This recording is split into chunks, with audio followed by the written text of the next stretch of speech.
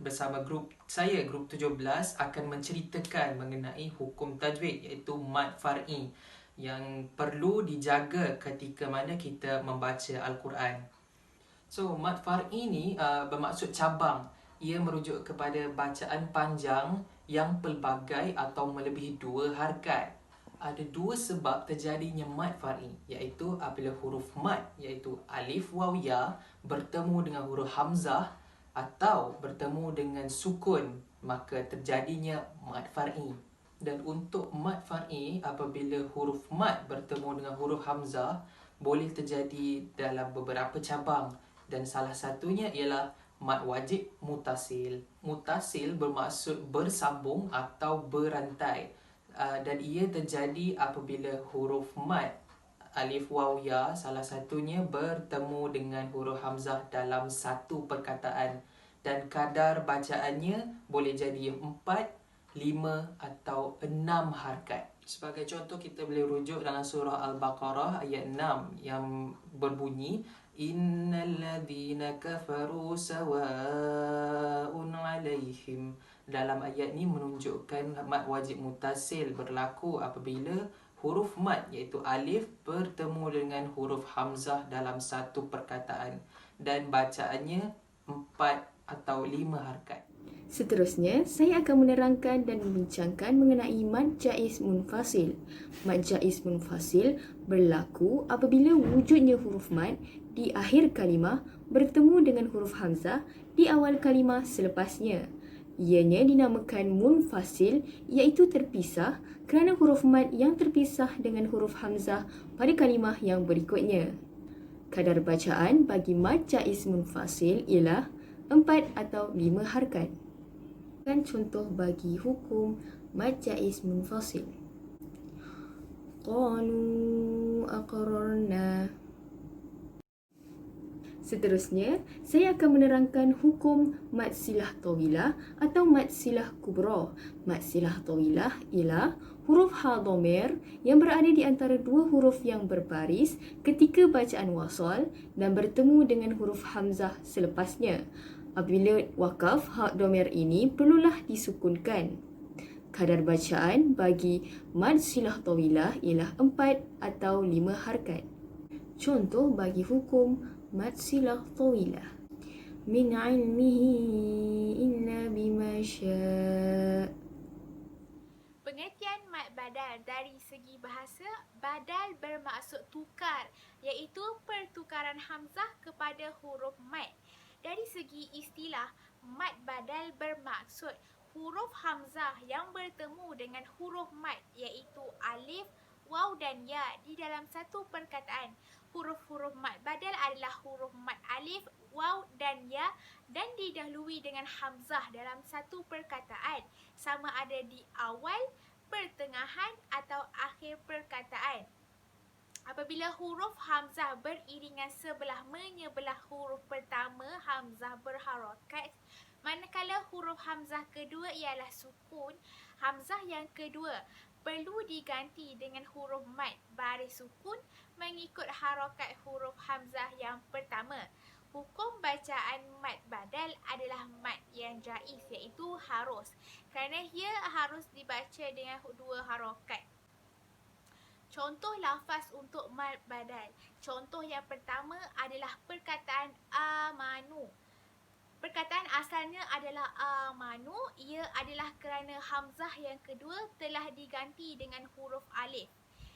Perkataan yang kedua adalah imana. Perkataan asalnya adalah imana, ia adalah kerana hamzah pertama adalah kasrah dan hamzah kedua telah diganti dengan ya sukun. Contoh yang terakhir adalah perkataan utu. Perkataan asalnya adalah utu, ia adalah kerana hamzah pertama dhammah, maka hamzah kedua diganti dengan waw sukun. Yang seterusnya adalah mad arid li sukun. Ia dinamakan mad arid li sukun kerana sukun pada huruf yang diwakafkan selepas huruf mad itu adalah didatangkan. Secara jelasnya, sukun itu datang kerana tujuan wakaf, iaitu memberhentikan bacaan. Jika ia diwasalkan, perlulah dipanjangkan dengan kadar mad asli sahaja. Huruf murid lisukun iaitu huruf alif, waw dan ya yang bertemu dengan huruf sukun. Kadar harakat adalah 2, 4 atau 6 panjangnya bergantung kepada cara pembacaannya.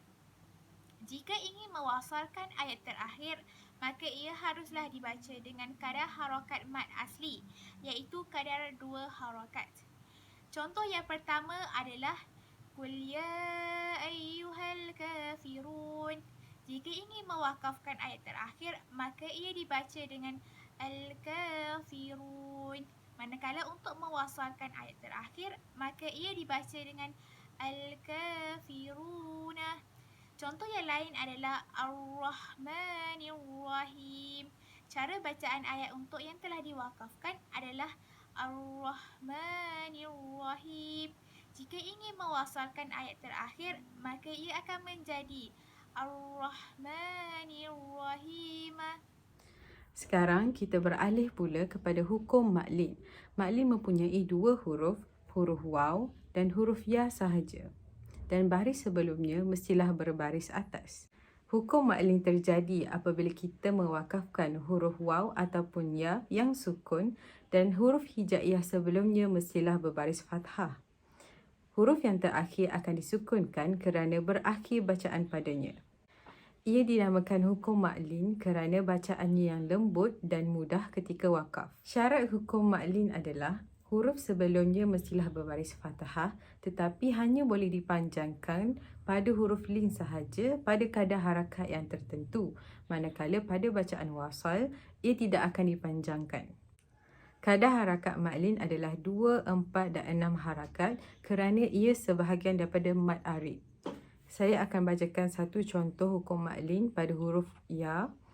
Bismillahirrahmanirrahim. Li'ilafi Quraisy. Dan contoh hukum maklin pada huruf waw pula. Bismillahirrahmanirrahim.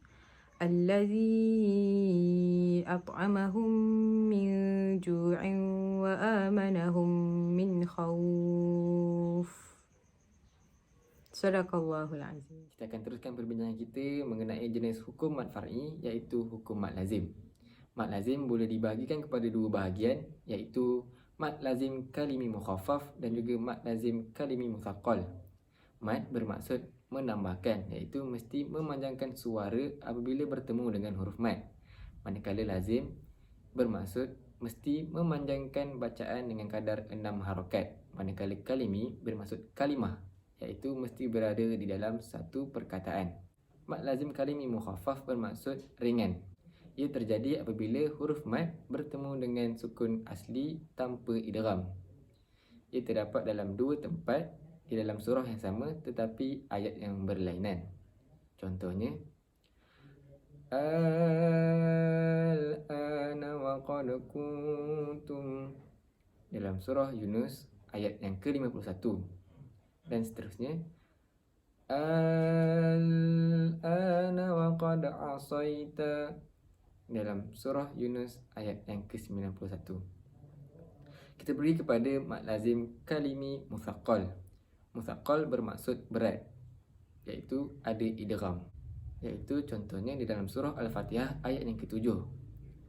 Waladdallin. Dan seterusnya di dalam surah Al-Haqqah ayat yang pertama. Al-Haqqah.